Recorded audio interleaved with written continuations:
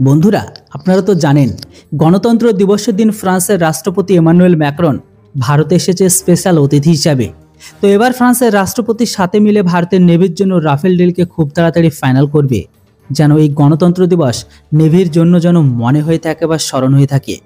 তো বন্ধুরা, চলুন মেন খবরের কথা বলি।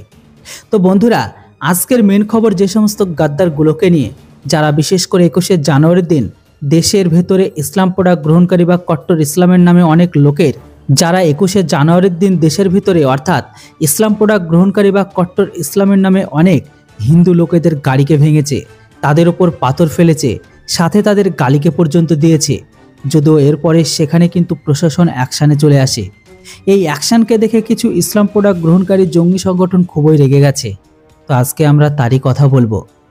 আসলে বন্ধুরা, আপনারা তো সবাই জানেন অযোধ্যাতে রাম মন্দিরে রামলালার প্রাণ প্রতিষ্ঠা আগের সন্ধ্যায় মানে 21শে জানুয়ারির দিন মুম্বাইয়ের মীরা ভাইন্ডার রোড এলাকায় একটি শ্রীরাম রোড ভ্যালিতে জঙ্গি সম্প্রদায়ের লোকেরা সেটির ওপর হামলা করে, তাদের ওপর পাথর ছুঁড়ে, হিন্দুদের গাড়িগুলোকে ভাঙে, বাইকে থাকা লোকেদেরকে লাঠি দিয়ে মারার চেষ্টা করে, আর রাম মন্দিরকে নিয়ে খুব নোংরা ভাষায় অকথ্য গালিগালাজ করে।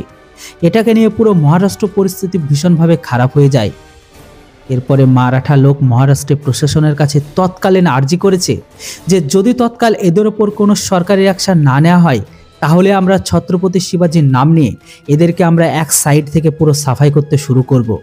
এখানকার লোকেদের এতটা দাবির পরে সেখানকার ডিপটি সিএম তৎকালীন মুম্বাইয়ের কমিশনার ডিজিআর আইজির সাথে মিটিংকে ডেকে এই সমস্ত জঙ্গি ব্যক্তিগুলোকে গ্রেপ্তার করার নির্দেশ দিয়েছে। এর সাথে সাথে এই সমস্ত জঙ্গি ব্যক্তিগুলোকে সরকারি জমির উপর যতগুলো তারা অবৈধ দোকানপাটকে তৈরি করেছিল সেগুলোকে তৎকাল ভাঙার নির্দেশ দেয়। আর 23শে জানুয়ারির দিন আপনারাও দেখেছেন যে মীরা রোড থেকে শুরু করে মোহাম্মদ আলী রোড পর্যন্ত বিএমসি কিভাবে বাবার বুলডোজারকে লাগিয়ে সেই সমস্ত দোকানগুলোকে কিভাবে পরিষ্কার করে দিয়েছে। বলা হচ্ছে এই দুই এরিয়া থেকে কম করে 95টি দোকানকে সরানো হয়েছে যারা অবৈধভাবে ফুটপাতে খাড়া করেছিল।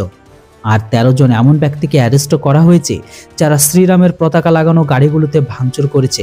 মহারাষ্ট্র প্রশাসনের এই কারবাইকে দেখে ইসলাম প্রোডাক্ট জঙ্গি গ্রহণকারী ব্যক্তিগুলো অনেক অখুশি।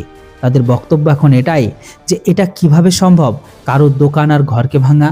এই দোকান আর ঘরগুলোকে ওয়াকফ বোর্ডের তরফ থেকে দানে পেয়েছে, আর এই জমিগুলো তাদেরই। তাই এমতো অবস্থায় ডিপটি সিএম এমন আদেশকে জারি করে এই দোকানগুলোকে কখনো ভাঙতে পারে না।